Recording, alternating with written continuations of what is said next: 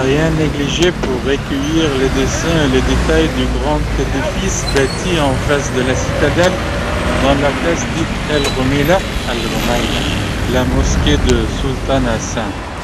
Elle fut fondée en 758 anno Hijri, 1356 par Hassan Malik el-Nasri, plus couramment Al-Malik al-Nasr al-Hassan, qui régna 2 fois et mourut en 762, 1360. C'est un des plus beaux monuments du Caire et de tout l'Empire. Il mérite un des premiers rangs parmi les ouvrages de l'architecture arabe par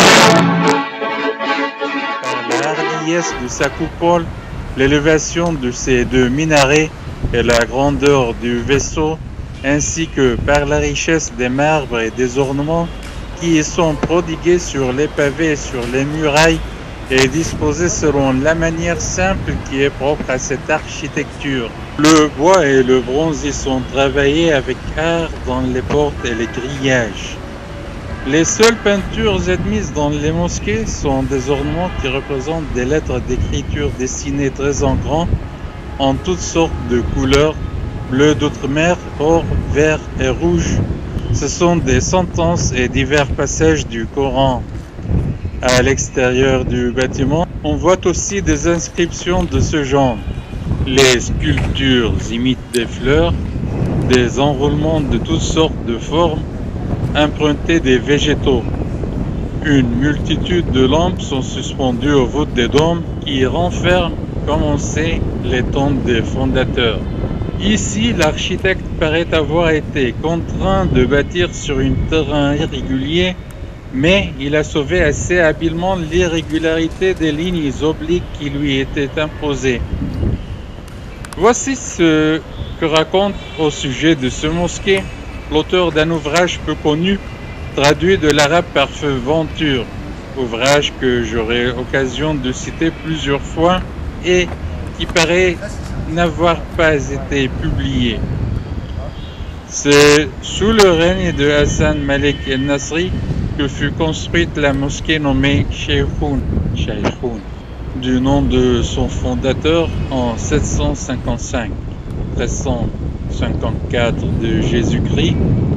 Le couvent des Derviches, connu également sous le nom de Cheikhoun, en 756, 1355, et le fameux collège nommé El Sultan Hassan, situé dans la place El Rumeila, qui date de l'an 758-1356. Voici ce que dit l'historien El-Makrizi au sujet de cet édifice. L'islamisme ne possède aucun temple qui puisse être comparé au collège de Sultan Hassan pour la hauteur et la grandeur de son édifice et pour la beauté de son architecture. Il coûta 3 années consécutives de travail et la dépense de chaque jour allait à près de 1000 mitkals d'or, 15 000 francs environ.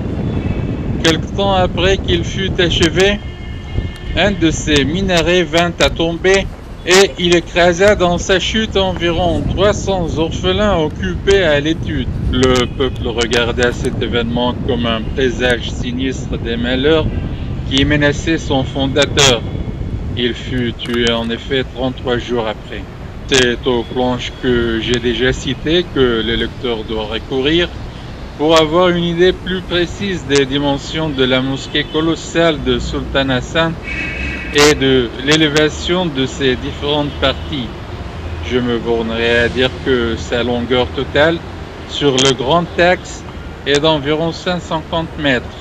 L'élévation de son grand minaret est de 80 mètres. Son entrée sur la rue appelée Souk el-Sela, le marché des arts, est très imposante, quoique irrégulière. L'effet en serait bien plus grand s'il y avait une place de ce côté comme du côté de la citadelle.